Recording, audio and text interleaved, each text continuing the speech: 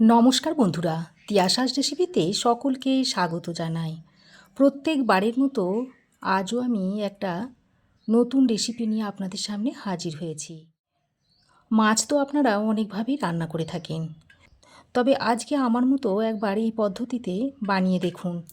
আশা করছি আপনাদের ভালো লাগবে। এইভাবে তৈরি করলে মাছের স্বাদ আপনাদের মুখে লেগে থাকবে, এটা আমি গ্যারান্টি দিয়ে বলতে পারি।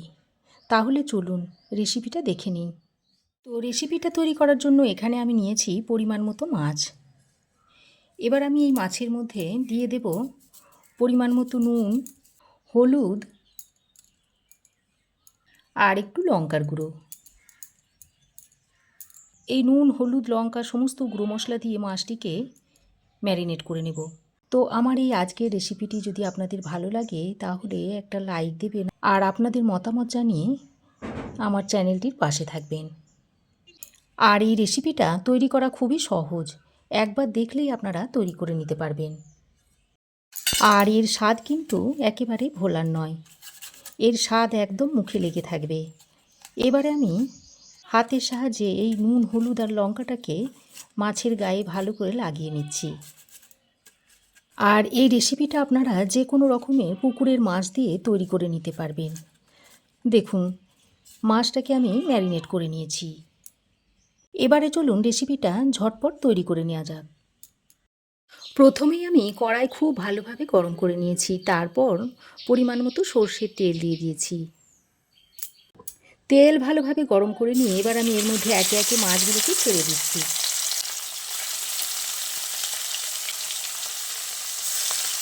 এবার আমি গ্যাসের ফ্লেমটাকে লো টু মিডিয়ামে করে মাছগুলোকে ভেজে নেব, এতে করে মাছগুলো খুব ভালোভাবে ভাজা হবে। ওদিকে মাছটা ভাজা হতে হতে এদিকে আমি ততক্ষণে 3টে আলু নিয়েছি আর আলুর খোসাগুলোকে ছাড়িয়ে নিয়েছি। এবার এই আলুগুলোকে কেটে নেব।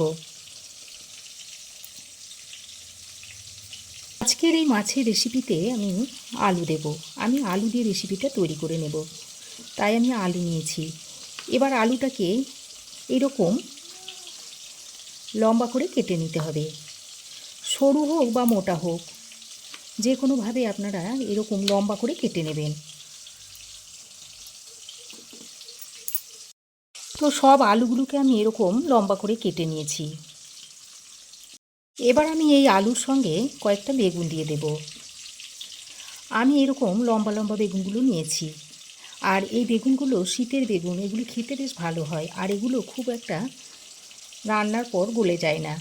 এই বেগুনগুলোকে আমি এবার এরকম একটু লম্বা লম্বা করে কেটে নিচ্ছি।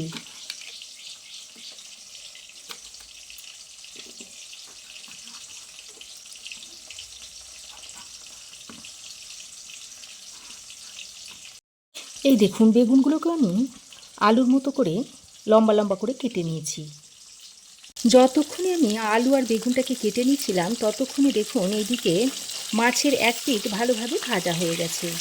এবার আমি খুব সাবধানে মাছগুলোকে এইভাবে উল্টে দিচ্ছি। তো এইভাবে মাছগুলোকে ভেজে আমি রেডি করে নেব। আপনারা একবার হলেও এই রকম করে আমার মতো পদ্ধতিতে মাছটা রান্না করে খেয়ে দেখবেন। এর স্বাদ একেবারে মুখে লেগে থাকবে। একঘেয়েমি মাছ খেতে কারোরই ভালো লাগে না, তাতে মাছই হোক আর মাংসই হোক। এইভাবে একবার স্বাদ বদল করে মাছটা রান্না করে খেয়ে দেখবেন। আর রান্না করার পর খেতে কেমন হয়েছিল অবশ্যই একটা কমেন্ট করে জানাবেন। এবার ওই একই পদ্ধতিতে বাকি মাছগুলোকেও ভেজে নেব, ভেজে রেডি করে নেব। তো বন্ধুরা, রেসিপিটা যদি আপনাদের একটু ভালো লেগে থাকে তো অবশ্যই একটা লাইক দেবেন, আর আপনাদের একটা লাইক আমার ভিডিও বানানোর অনুপ্রেরণা যোগায়। তো দেখুন, সব মাছগুলো আমি একইভাবে ভেজে তুলে নিলাম। আমি যে পরিমাণ তেল দিয়েছিলাম তাতে বাকি রান্নাটাও আমি এই তেলেই করে নেব। এবার এই তেলে আমি কয়েকটা বড়া ভেজে নিচ্ছি। আমি এখানে বেশ খানিকটা বিউলির ডাল বেটে বড়া করে নিচ্ছি। তবে আমি বিউলির ডাল নিয়েছি বলে যে আপনাদের এই বিউলির ডাল দিয়েই বড়াটা তৈরি করতে হবে এমন কোনো কথা নেই। যে কোনো ডাল দিয়ে আপনারা বড়াটা তৈরি করে নিতে পারেন।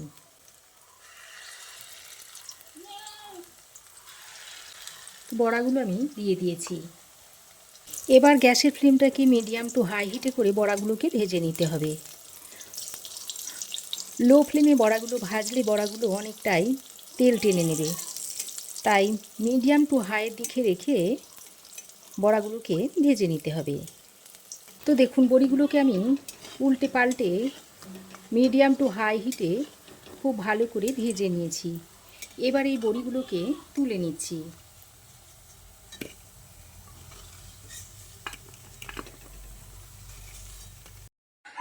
তো বড়ি ভেজে তুলে নেওয়ার পর কড়াইয়ে দেখুন অল্প পরিমাণে তেল রয়েছে। এবার ওই তেলের মধ্যে দিয়ে দিচ্ছি কুচনো পেঁয়াজ আর দিয়ে দিচ্ছি চেরা কাঁচা লঙ্কা। এবার পেঁয়াজ কুচিটা আর কাঁচা লঙ্কাটাকে একসঙ্গে ভালো করে ভেজে নিচ্ছি। পেঁয়াজ কুচি আর চেরা কাঁচা লঙ্কাটাকে ভালো করে ভেজে নিয়ে এবার আমি এর মধ্যে দিয়ে দিচ্ছি কেটে ধুয়ে রাখা আলুটা। এবার পেঁয়াজ, আলু আর কাঁচা লঙ্কা কুচিটাকে ভালো করে ভেজে নিচ্ছি।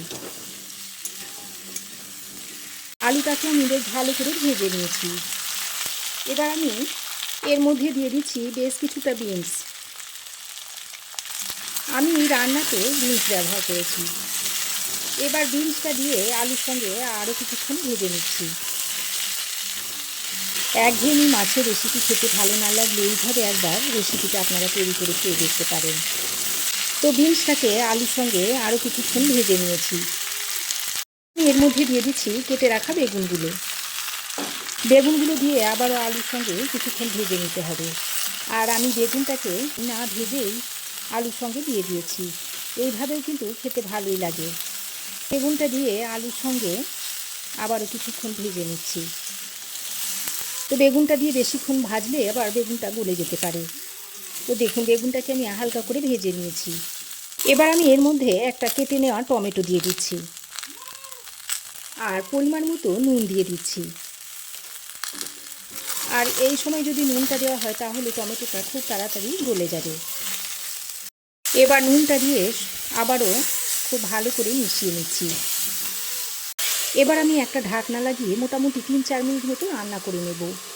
এতে করে সবজিগুলো একটু নরম হয়ে আসবে। তো ঢাকা দিয়ে আমি মোটামুটি 3-4 মিনিট মতো কষিয়ে নিয়েছি। আর দেখুন সব সবজি মোটামুটি অনেকটাই নরম হয়ে এসেছে। এবার আমি এর মধ্যে দিয়ে দিচ্ছি 1 চামচ মতো আদা বাটা। আদা বাটাটা দিয়ে আবারও সব কিছুর সঙ্গে ভালো করে নেড়ে চেড়ে মিশিয়ে নিচ্ছি।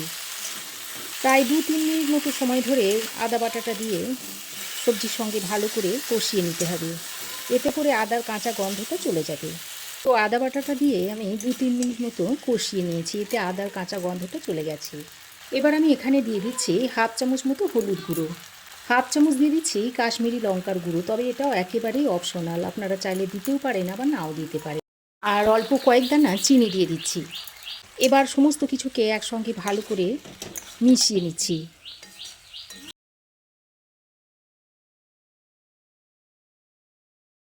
এবার আমি অল্প কিছুটা মটরশুঁটি দিয়ে দিচ্ছি। এ সময় প্রচুর পরিমাণে মটরশুঁটি পাওয়া যাচ্ছে, তাই আমি অল্প পরিমাণে একটু মটরশুঁটিও এর মধ্যে দিয়ে দিলাম। মটরশুঁটিটা দিয়ে আবারও সব কিছুকে একসঙ্গে ভালো করে মিশিয়ে নিচ্ছি। তো দেখুন সব কিছু একসঙ্গে খুব ভালো করে মিশিয়ে নিয়েছি। এবার আমি এর মধ্যে পরিমাণ মতো জল দিয়ে দিচ্ছি। আমি উষ্ণ গরম জলটা ব্যবহার করছি। এতে করে তরকারিটা খুব তাড়াতাড়ি ফুটে আসবে আর রান্নাটাও তাড়াতাড়ি হয়ে যাবে। আর জলটা একটু বেশি পরিমাণেই দিয়ে দিচ্ছি। আমি যেহেতু এখানে ডালের বড়া ব্যবহার করব, তাই জলটা একটু বেশি পরিমাণেই দিয়েছি। ডালের বড়াগুলো বেশ খানিকটা পরিমাণে জল টেনে নেবে। তো জলটা দিয়ে সব কিছুকে একসঙ্গে ভালো করে নেড়েচেড়ে মিশিয়ে নিলাম। এবার আমি একটা ঢাকনা লাগিয়ে 5-6 মিনিট মতো রান্না করে নেব। ওদিকে রান্নাটা হতে থাকে, এদিকে আমি ততক্ষণে একটা তড়কা প্যানের মধ্যে দিয়ে দিচ্ছি কালো জিরে আর সাদা জিরে। তারপর গ্যাসের ফ্লেমটাকে লো টু মিডিয়ামে করে এই কালো জিরে আর সাদা জিরেটাকে হালকা করে ভেজে নিচ্ছি।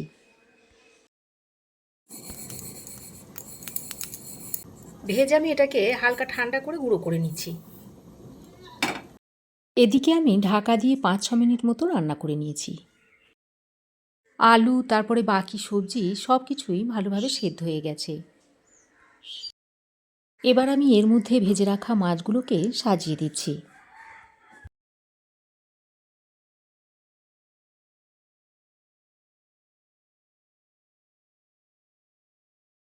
আর ভাজা বড়িগুলোকেও এভাবে দিয়ে দিচ্ছি।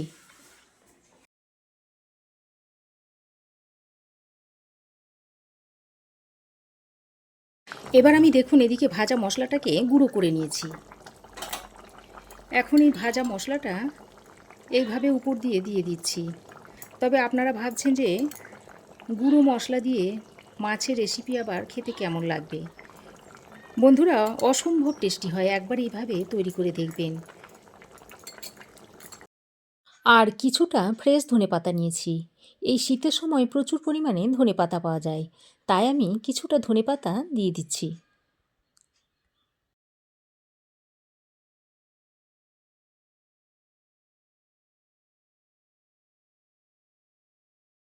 তো ভাজা মশলা আর ধনেপাতাটা দিয়ে এইভাবে হালকা হাতে একটু নেড়েচেড়ে মিশিয়ে দিচ্ছি। খেতে অসম্ভব টেস্টি হয়। তারপর আবারও ঢাকা দিয়ে 2 মিনিট মতো রান্না করে নিচ্ছি। তো বন্ধুরা, ঢাকা দিয়ে আমি আরও 2 মিনিট রান্না করে নিয়েছি। আর রান্নাটা এখন সার্ভ করার জন্য একেবারে রেডি হয়ে গেছে। এবার আমি গ্যাসের ফ্লেমটাকে বন্ধ করে আরও কিছুক্ষণ ঢাকা দিয়ে স্ট্যান্ডিং টাইমে রেখে দিচ্ছি। তো বন্ধুরা, এই রেসিপিটা একটা প্লেটের মধ্যে সার্ভ করে দিচ্ছি। আর এই রেসিপিটা দেখতে যতটা সুন্দর হয়, খেতে কিন্তু আরও অসম্ভব টেস্টি হয়। তো বন্ধুরা, আমার এই আজকের দুর্দান্ত স্বাদের রেসিপি আপনাদের কেমন লাগলো অবশ্যই একটা কমেন্ট করে জানাবেন। ভালো লাগলে একটা লাইক ও শেয়ার করবেন। পাশে থাকা বেল আইকনটাও অবশ্যই প্রেস করে দেবেন। আর আমার চ্যানেলে যদি নতুন হয়ে থাকেন তো প্লিজ চ্যানেলটাকে সাবস্ক্রাইব করার অনুরোধ রইল। আজ এ পর্যন্তই। আবার দেখা হবে নতুন কোনো রেসিপি নিয়ে নেক্সট এপিসোডে।